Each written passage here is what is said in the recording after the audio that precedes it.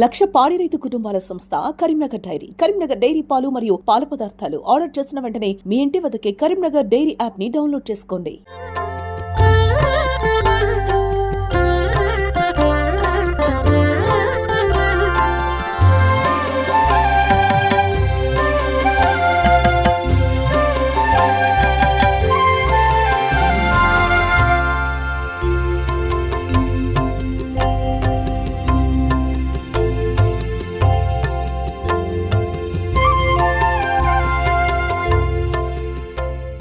Welcome to Suman TV. నేను మీ లక్ష్మి. ముందుగా సుమన్ టీవీ ప్రేక్షకులందరికీ నమస్కారం. కలియుగం ఎప్పుడు మొదలైంది, కలియుగంలో ఏం జరగబోతుంది, అలానే ఈ సృష్టి ఎప్పుడు అంతమవుతుంది, ఇలాంటి ప్రశ్నలన్నిటికీ జవాబు ముందుగానే ఫ్యూచర్ని ప్రిడిక్ట్ చేసి రాసిన గొప్ప వ్యక్తి పోతులూరి వీరబ్రహ్మేందర స్వామి. ఈయన ఫ్యూచర్ని ప్రిడిక్ట్ చేయడమే కాదు, ఏ యుగంలో ఏమేమి జరుగుతున్నాయి, అలానే విధి వైపరీత్యాలు ఎటువైపు వెళ్తాయి అనేది ప్రతి ఒక్కటి ఆయన కాలజ్ఞానంలో రచించారు. అలాంటి గొప్ప వ్యక్తి కరీంనగర్లో ఒక టెంపుల్ ఉందండి, అదే పోతులూరి వీరబ్రహ్మేందర స్వామి టెంపుల్. ఈరోజు మనం ఇక్కడికి విచ్చేసాం. మరిన్ని విషయాలు తెలుసుకుందాం, వచ్చేయండి. ఉద్యోగంలో పురోగతి కానీ, అలానే వివాహం జరగకపోయినా సంతాన ప్రాప్తి కోసం ప్రతి ఒక్క దాని కోసం ఇక్కడ నవనాగుల పూజ ప్రత్యేకతగా నిర్వహిస్తారంట పూజారులు. ఇది ఎక్కడో కాదండి, కరీంనగర్ కమాన్ ఆపోజిట్ లో ఉంది పోతులూరి వీరబ్రహ్మేందర స్వామి టెంపుల్. ఇక్కడ మీరు విజువల్స్ లో చూసినట్టయితే రావి చెట్టు, వేప చెట్టు, మేడి చెట్టు మూడు కలయికతోటి ఉన్నాయి. అందుకని ఇక్కడ ఇంత విశిష్టత ఈ నవనాగుల పూజకి. ప్రతి ఒక్కరు ఏది ఉద్యోగరీత్యా కానీ, వ్యాపార రీత్యా ఆర్ వివాహం, సంతానం ఇలాంటి సమస్యలతోటి బాధపడుతున్న వాళ్ళు ఇక్కడికి వచ్చి నవనాగుల పూజ చేస్తే ఎంతో విశిష్టత ఉంటుందని ఇక్కడ గురువు గారుల నమ్మకం. అలానే భక్తులు కూడా ఎంతో నమ్మి ఇక్కడికి వస్తున్నారండి. ఇక్కడ మీరు చూసినట్టయితే ఆంజనేయ స్వామిని కూడా ప్రతిష్ఠించారు. విజయానికి, ధైర్యానికి ప్రతీక ఆంజనేయ స్వామి. ఇక్కడ ఆంజనేయ స్వామిని కూడా ప్రతిష్ఠించారండి ఈ టెంపుల్లో. ఇక్కడ విజువల్స్ లో మీరు చూసినట్టయితే ఎంతో వైభవంగా హోమ పూజ జరుగుతుందండి.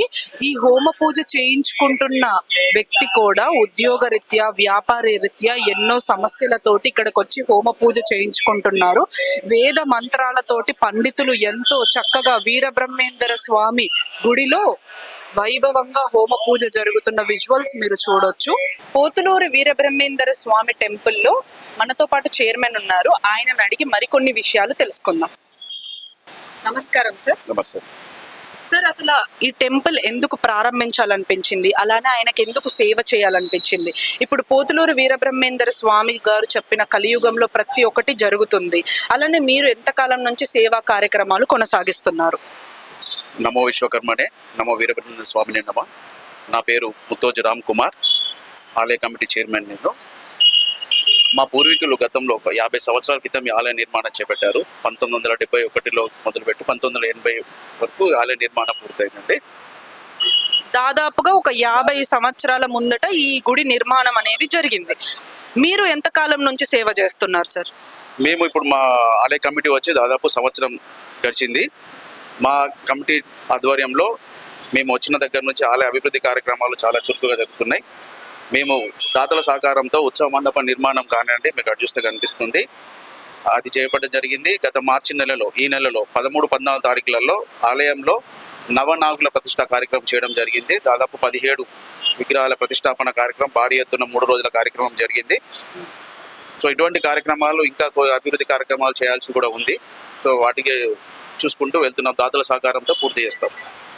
కరీంనగర్లో చాలా మంది భక్తులు చెప్తున్నారు సంకష్ట రోజు ప్రతి ఒక్కళ్ళు ఉపవాసం ఉంటారు. మన పోతులూరి వీరబ్రహ్మేందర స్వామి టెంపుల్లో అన్నదాన కార్యక్రమం జరుగుతుంది, దాని గురించి ఏమన్నా చెప్పండి సార్. ప్రతి నెల పౌర్ణమి తర్వాత వచ్చే సంకష్ట రోజు మనం గణపతి సంకష్ట కార్యక్రమం జరుగుతుందండి. మేము వచ్చిన దగ్గర నుంచి సంవత్సరం కాలం నుంచి ప్రతి సంకష్ట కూడా ఇక్కడ ఆలయంలో సాయంత్రం పూట హోమ కార్యక్రమము, అభిషేకాలు, స్వామివారికి పూజా కార్యక్రమాలు మరియు భక్తులకు అన్నదాన కార్యక్రమాలు అన్నీ కూడా చేస్తున్నాము. థ్యాంక్ యూ సార్, ఎంతో చక్కగా వివరించారు కదా ఈ గుడి యొక్క ప్రాముఖ్యత. అలానే 50 సంవత్సరాల కిందట ఈ గుడి ప్రారంభం అయ్యింది హోమ ధూపములతోటి. అలానే ఈ గుడిలో ఒక ప్రత్యేకత, సంకష్ట రోజు అన్నదాన కార్యక్రమాలు చేస్తున్నారు. అలానే ఈ కుటుంబ సభ్యులు సంవత్సరం నుంచి ఈ గుడికి సేవ చేస్తున్నారు. అలానే కొంతమంది మనతో ఉన్నారు, మాట్లాడదాం. నమస్కారం అండి, నా పేరు వంగల్ నవీన్, బ్రహ్మంగారి దేవాలయం యొక్క ధర్మకర్త. మేము ఇక 1 year అవుతుందండి ఈ ఆలయ ధర్మకర్తగా అపాయింట్ అయ్యి. ఇది ఒక 50 సంవత్సరాల నుంచి వెళ్ళి స్థాపనైన దేవస్థానం ఇది. ఇక్కడ మేము ధర్మకర్తగా వచ్చినప్పటి నుంచి వెళ్ళి అనేక అభివృద్ధి కార్యక్రమాలు చేపట్టాము. అలాగే ఆలయం చుట్టుపక్కల ఒక మండపాన్ని ఏర్పాటు చేశాము ఉత్తర దిక్కుగా. అలాగే మన రీసెంట్గా నవనాథుల ప్రతిష్ఠ చేశాము. అలాగే సుబ్రహ్మణ్య స్వామి వారిని, బాణలింగాన్ని కూడా పవిత్ర భక్తుల సౌకర్యార్థము ప్రతిష్టాపన చేశాము. అలాగే ప్రతి పౌర్ణమి తర్వాత వచ్చే చవితి రోజు వినాయక సంకష్టి పూజా కార్యక్రమాన్ని చాలా బాగా చేసుకుంటున్నాము. హోమ కార్యక్రమాలు, అన్నదాన కార్యక్రమాలు చేస్తున్నాము. అలాగే ఇక్కడ మన బ్రహ్మంగారి టెంపుల్లో బ్రహ్మంగారితో పాటుగా విశ్వకర్మ భగవానుడు, గాయత్రి మాత కూడా ఉన్నారు. ప్రతి ఏడాది సెప్టెంబర్ మాసంలో 17th రోజు విశ్వకర్మ జయంతి కూడా బాగా ఆర్భాటంగా చేసుకుంటాం. ఇక్కడ 3 days జరుగుతున్న ప్రోగ్రాము. భక్తులు ఆ రోజు ఎక్కువ సంఖ్యలో పాల్గొంటారు. ఆ రోజు కూడా విశేషమైన అన్నదాన కార్యక్రమాలు జరుగుతాయండి. దాదాపు ఒక 1000 మంది కూడా అన్నదానంలో పాల్గొంటారు. ఈ జనరేషన్ వాళ్ళకి పోతులూరు వీరబ్రహ్మేంద్ర స్వామి గురించి తెలియాలన్నా, విశిష్టత గురించి తెలుసుకోవాలన్నా కానీ మన ఎన్టీఆర్ నందమూరి తారక రామారావు గారి సినిమా ఉందండి. ఆ సినిమాని చూసారో లేదో కొంతమంది మనతో ఉన్నారు, అడుగుదాం. ఆ మూవీ చూసారండి? చూసామండి.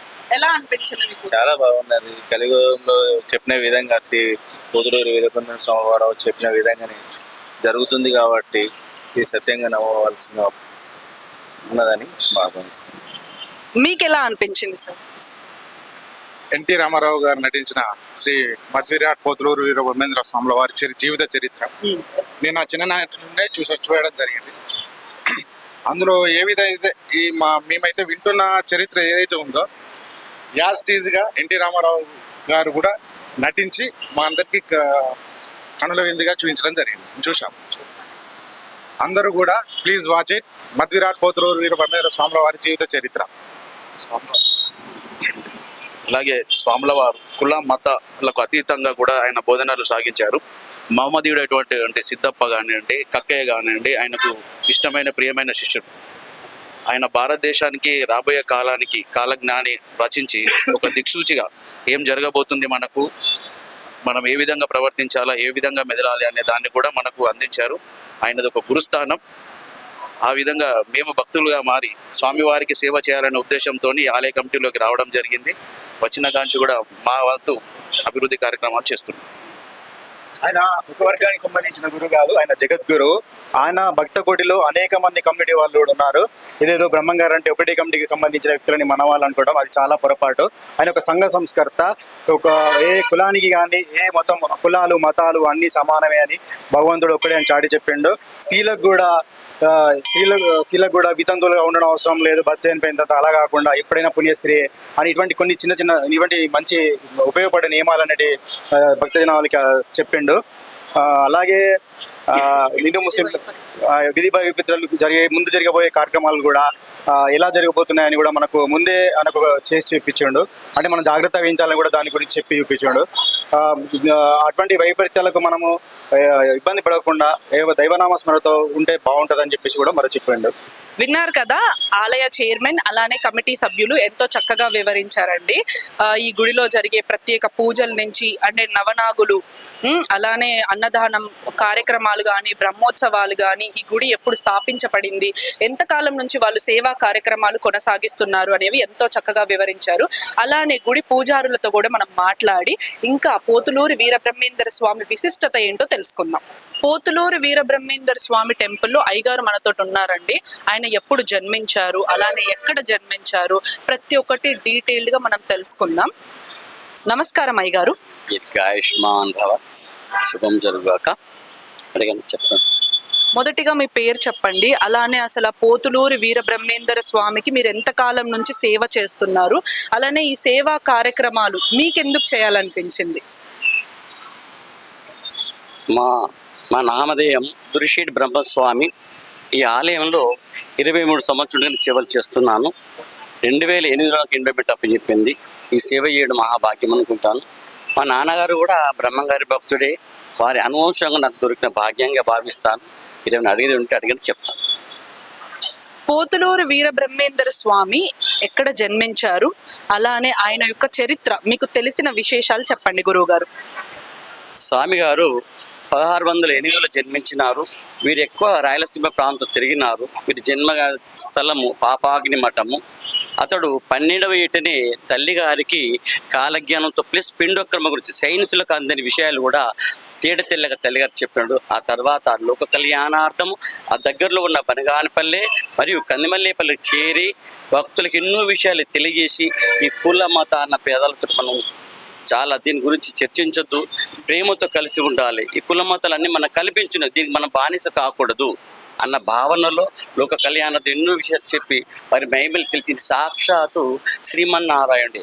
చాలామంది విశ్వకర్మ వారే కాదు, భూదేవి మొరపెట్టుకుంటే ఆ మొర ప్రాప్తి కోసమై అతడు కలియుగంలో వీరబ్రహ్మయ్య వీరభోజయాచారి ఇలా ఎన్నో రూపంగా వెలిచి కందిమల్లిలో ఎన్నో విశేష మేమలు చూపించి అక్కడనే కళ్యాణం ఆడి అక్కడనే ఎన్నో తెలిపి అక్కడనే సజీవ సమాధి అయినారు. 1693 సమాధి అయినారు. ఇక ఆయన చెప్పాలంటే ఎన్నో విషయాలు ప్రస్తుతానికి ఇప్పుడు జరిగే విషయాలు తెలుసుకున్నాం. ఆ స్వామి జయం చెప్పిందంటే సహనం లేక అల్ప ఆయుష్లో అవుతున్నా. ప్రస్తుతాన్ని మన కరీంనగర్ ఇన్సిడెంట్ చెప్పుకుందాం. సిఐ చంద్రశేఖర్ ఉన్నాడు. అతడి చిన్న వయస్సు, అతడి భార్య ఏదో ఘర్షణలు, ఈ ఘర్షణలో అంటే ఇక్కడ సహనం కోల్పోయి ఇలాంటి వ్యాధి వస్తుంది. అదే కాకుండా 21లో కరోనా వ్యాధి వచ్చింది. అవును, ఈ సంఘటన అదే మొన్న భార్య చనిపోయారు, నిన్న ఎస్ఐ గారు చనిపోయారు చంద్రశేఖర్.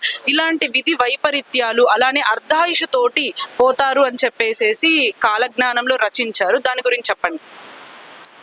మనం 21లో చూసుకున్నట్టయితే మన కరోనా వ్యాధిని మనం అనుకుంటున్నాం కాదు, కుంకణ వ్యాధితో 1 కోటి మంది నశించని చెప్పడం జరిగింది. ఇంకా ఎక్కువనే చనిపోయారు.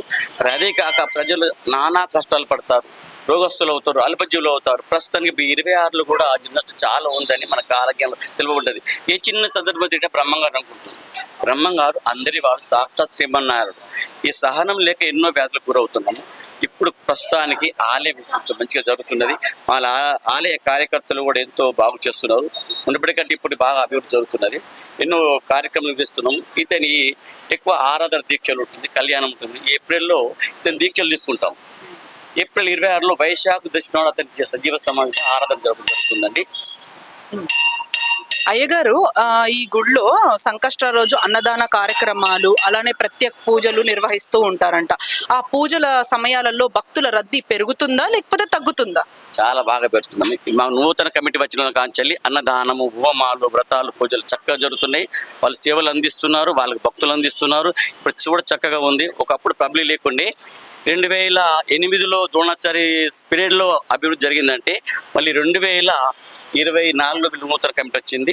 వీళ్ళు చాలా చక్కగా చేస్తున్నారు అభివృద్ధి. ముందు కళ్యాణం కట్టిండ్రు, 17 విగ్రహాలు ప్రతిష్ఠించారు. మానసదేవిని, సుబ్రహ్మణ్య స్వామిని, అలాంటి నవగ్రహాలు నవనాగులను కూడా చక్కగా ప్రతిష్ఠించినారు.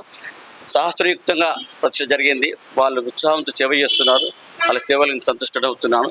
ఈ బ్రహ్మంగారు ఎంతో తెలుసున్నది. ఇతని విషయం చాలా మంది తెలియదు. ఇతను చెప్పిందంటే ఏంటి, ప్రేమ గురించి చెప్పాడు. సహనంతో ఉంటేనే ఆరోగ్యంగా ఉంటాం. యోగా, ధ్యానం ఎన్నో విషయాలు చెప్పాడు. అవి తెలియక అల్పాయుషులు అవుతున్నారు. కాబట్టి ఇప్పటికైనా మా గుడికి వాళ్ళు రావాలి, విషయాలు తెలుసుకోవాలని కోరుకుంటున్నాను. మీ ద్వారా తెలుసుకున్న మాకు సంతోషంగా ఉంది. నేను అడిగానికి చెప్తాను. థ్యాంక్ యూ అయ్య గారు. సుమన్ టీవీ ప్రేక్షకులకు ఎంతో చక్కగా ఆయన విశిష్టత కానీ, ఈ గుడి ప్రాముఖ్యత కానీ, అలానే ఈ కలియుగంలో ఏమేమి జరగబోతున్నాయి అనేది ఎంతో చక్కగా వివరించారు. పోతులూరు వీరబ్రహ్మేంద్ర స్వామి టెంపుల్లో నవనాగుల పూజ ఎంతో వైభవంగా జరుగుతుంది. నవనాగులని సంవత్సరం కింద ప్రతిష్టాపించారు. ప్రత్యేక పూజలు జరుగుతాయి. దాని విశిష్టత ఏంటో మనం తెలుసుకుందాం. అయ్యగారు చెప్పండి, ఈ నవనాగుల పూజలు ఎందుకు చేసుకోవాలి, అలానే దీని యొక్క ప్రత్యేకత ఏంటి? ఓం శ్రీ గురుభ్యో నమః. ఓం శ్రీ భవానీ శంకర స్వామినే నమః. ఓం అనంతం వాసుకిం శేషం పద్మనాభం చ కంబళం శంఖపాలం ధృతరాష్ట్రం తక్షకం కాళీయం తథా ఏతాని నవనామాని ప్రాతరుత్రాయ పఠేత్. మన బ్రహ్మంగారి దేవాలయంలో భక్తుల యొక్క సౌకర్యార్థము ఈ కలియుగంలో భక్తుల యొక్క వారి వారి జాతకాలను అనుసరించి వచ్చే దోషాలన్నీ కూడా నివృత్తి కావడానికి కొరకై, అదేవిధంగా వారు లేదా వారి పూర్వీకులు చేసినటువంటి, వారు తెలిసి చేసిన తెలియక చేసిన పాపాలన్నీ ఏవైతే ఉంటాయో వారి ద్వారా వారికి వారి పిల్లలకు కానివ్వండి పితృశాపములు కానీ సర్పదోషాలు కానీ వర్తిస్తున్నాయి. వీటన్నిటి నివారణ కొరకు మనం ఎక్కడెక్కడికో సుదూర ప్రాంతాలు వెళ్ళనవసరం లేకుండా మన కమిటీ వారి యొక్క సౌజన్యంతో, దాతల సహకారంతో మన బ్రహ్మంగారి దేవాలయంలో వేప చెట్టు, రావి చెట్టు మరియు మేడి చెట్టు, ఈ 3 పవిత్ర వృక్షాల కలయిక అయినటువంటి వేప చెట్టు నీడలో అనంతాది నవనాగులను ప్రతిష్టాపన చేసుకున్నాము. అదేవిధంగా నర్మదా నది నుంచి తీసుకొచ్చిన బాలలింగేశ్వర స్వామి వారిని కూడా మనం ప్రతిష్ఠ చేసుకొని భక్తులందరూ కూడా వారి వచ్చి స్వయంగా వారి చేతులతోనే స్వహస్తాలతో స్వామివార్లకు అదేవిధంగా నవనాగ దేవతలకు పంచామృతాభిషేకములు, అలంకారములు, అష్టోత్తర శతనామాలు పూజ చేసుకునే విధంగా ప్రతిష్ఠింపజేసి వారి యొక్క భక్తుల మనోభావాలు మనోభీష్టాలు నెరవేరాలని చెప్పి సౌకర్యార్థము, అదేవిధంగా వారికి కళ్యాణం కాని వారికి కళ్యాణం కావడం కొరకు, అదేవిధంగా సంతానపరమైన సమస్యలు ఎదుర్కొంటున్న వారికి ఆ సంతానపరమైన సమస్యలు తొలగి చక్కని సంతానం కూడా వారికి కలగడానికి కొరకై సౌకర్యంగా ఉంటుందని చెప్పి భావించి మన తెలంగాణ ప్రాంతంలోనే ఎక్కడ లేని విధంగా ప్రత్యేకంగా ఎంతో ఆలోచన చేసి వ్యయ ప్రయాసాలు కూర్చి అనేక దాతల భక్తుల సహకారంతో, కమిటీ వారి యొక్క సౌజన్యంతో, అనేక మంది భక్తుల సహకారాలతో మన బ్రహ్మంగారి దేవాలయంలో ఎంతో వైభవపేతంగా అనంతాది నవనాగ దేవతలు, శ్రీ మానసాదేవి, సుబ్రహ్మణ్యేశ్వర స్వామి, నర్మదా బాలలింగేశ్వర స్వామి ప్రతిష్ఠ చేయడం జరిగింది. కావున మన ప్రాంతంలో ఉన్న భక్తులందరూ కూడా మీకు ఎటువంటి ఇబ్బందులున్నా వివాహపరంగా కానివ్వండి, సంతానపరంగా కానివ్వండి, ఉద్యోగపరంగా కానివ్వండి, ఏ ఇబ్బందులున్నా కూడా ఇక్కడ దేవాలయాన్ని విచ్చేసి నవనాగ పూజ చేసుకున్నట్టయితే మీకు ఆ యొక్క నవనాగ దేవతల అనుగ్రహంతో, అదేవిధంగా శివుని అనుగ్రహంతో మీ సమస్యలను తొలగిపోయి మీరు కోరిన కోరిక నెరవేరుతాయి. ఇది ఆ స్వామివారి స్వయంగా సెలవిచ్చినటువంటి యొక్క సత్యము. భక్తులందరూ కూడా అధిక సంఖ్యలో విచ్చేయవలసిందిగా కోరుతున్నాము. నా పేరు చింతపల్లి తిరుమలాచార్య, KJDVPS సంఘ పురోహిత సంఘం అధ్యక్షుడు. విన్నారు కదా, అయ్యగారు ఎంతో చక్కగా వివరించారు. ఎలాంటి ఉద్యోగరీత్యా మనకు సమస్యలున్నా కానీ, లేకపోతే కళ్యాణం, సంతాన ప్రాప్తి, అలాంటివి ఏ సమస్యలున్నా కానీ ఈ నవనాగుల పూజ చేసుకుంటే ఎంతో విశిష్టత ఉంటుంది. అలానే అవన్నీ తొలుగుతాయని ఇక్కడ భక్తులు నమ్ముతున్నారు. ఇంకెందుకండి ఆలస్యం, మీరు కూడా వచ్చి ఈ నవనాగుల పూజ చేసుకోండి. మీకు ఉద్యోగరీత్యా కానీ, లేకపోతే వ్యాపార రీత్యా, సంతానం, ఇలాంటి ఏ సమస్యలున్నా ఈ పూజ ఎంతో ఫలితాన్ని ఇస్తుంది అని ఇక్కడ ఉన్న అయ్యగారుల నమ్మకం. అలానే భక్తులు కూడా ఎంతో నమ్మకంతో వస్తున్నారు. ఇక్కడ మనతో పాటు కొంతమంది భక్తులు ఉన్నారు. వాళ్ళతో ఒకసారి మాట్లాడి వాళ్ళు ఎంతకాలం నుంచి వస్తున్నారో తెలుసుకుందాం. పోతులూరు వీరబ్రహ్మేంద్ర స్వామి టెంపుల్లో మనతో పాటు భక్తులు ఉన్నారండి. అలానే ఈ నవనాగులని స్పాన్సర్ చేసిన వ్యక్తి కూడా మనతో ఉన్నారు. తనతోటి మాట్లాడి అసలు ఎందుకు స్పాన్సర్ చేశారు, అలానే స్పాన్సర్ చేయాల్సిన యొక్క ఉద్దేశం ఏంటి అనేది తెలుసుకుందాం. నమస్కారం మేడం. నమస్కారం సార్. ఈ నవనాగుల్ని స్పాన్సర్ చేసిన ఉద్దేశం ఏంటి, అలానే భక్తులకి ఏం చెప్పాలనుకుంటున్నారు, మా సుమన్ టీవీ ప్రేక్షకులకి ఏం చెప్పాలనుకుంటున్నారు?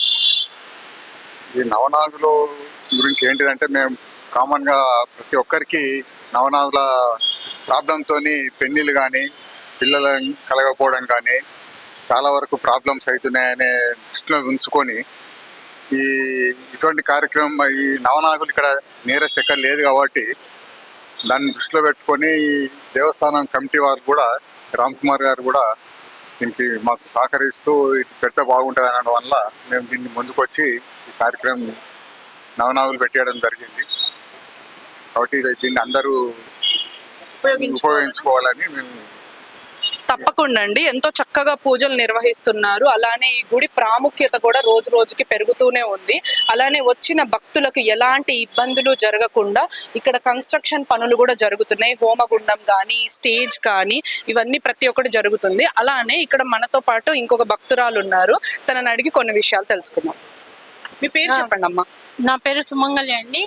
ఇక్కడ నాగులు ప్రతిష్టాపన జరిగిన తర్వాత మా పిల్లలకు వివాహము, ఉద్యోగంలో ప్రమోషన్ లేటుగా వస్తుంది, ఇవి చేస్తే బాగుంటుందని నేను ఈరోజు బాబుని తీసుకొని హనుమకొండ నుంచి వచ్చి పూజ చేయించుకుంటున్నాను.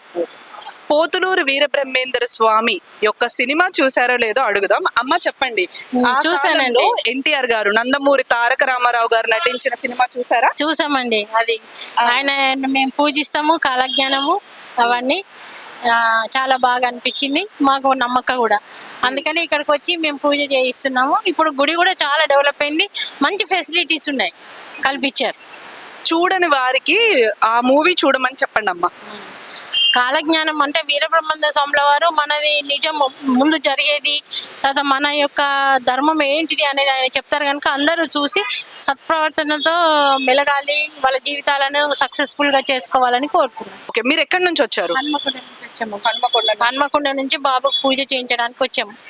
నవనాగుల పూజ. నవనాగు ఆయన వివాహం ఆలస్యం అవుతుంది, తర్వాత ఉద్యోగంలో ప్రమోషన్ లేదు, అనుకున్న పనులు సరిగ్గా కావడం లేదు, ఆటంకాలు తొలగాలని ఇక్కడికి వచ్చి ఈ పూజ చేయించుకుంటాం. ఇది కూడా మొన్ననే ఇక్కడ ప్రతిష్టాపన జరిగింది కదా, ఆ విషయం ఆమె మా చెల్లెలే, ఆమె టీచరే, ఇక వాళ్ళు పెట్టిండ్రు, ఆ రోజు రమ్మంటే నాకు వీలు కాలేదు, అందుకే ఇప్పుడు వచ్చి స్పెషల్ గా చేయించుకొని మరీ వెళ్తున్నాను.